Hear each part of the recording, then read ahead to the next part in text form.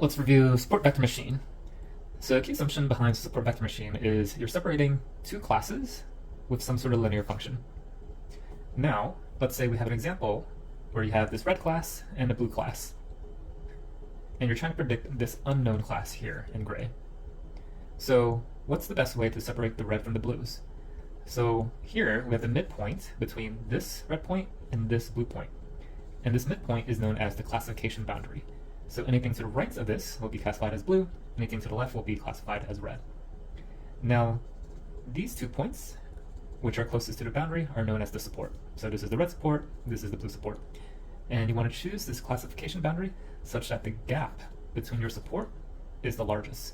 In more technical terms, is known as maximizing the margins between the support and your classification boundary.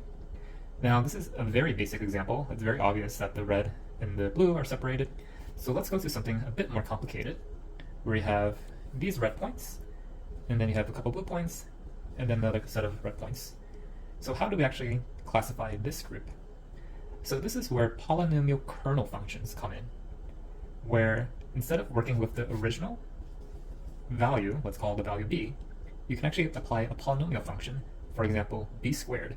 So with b squared, you might get something that looks like a parabola.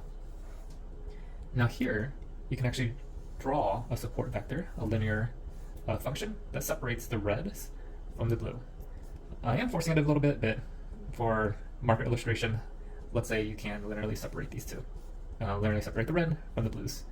So if you get a new value that's unknown, let's say over here, it comes into the blue zone, in which case you want to classify it as blue.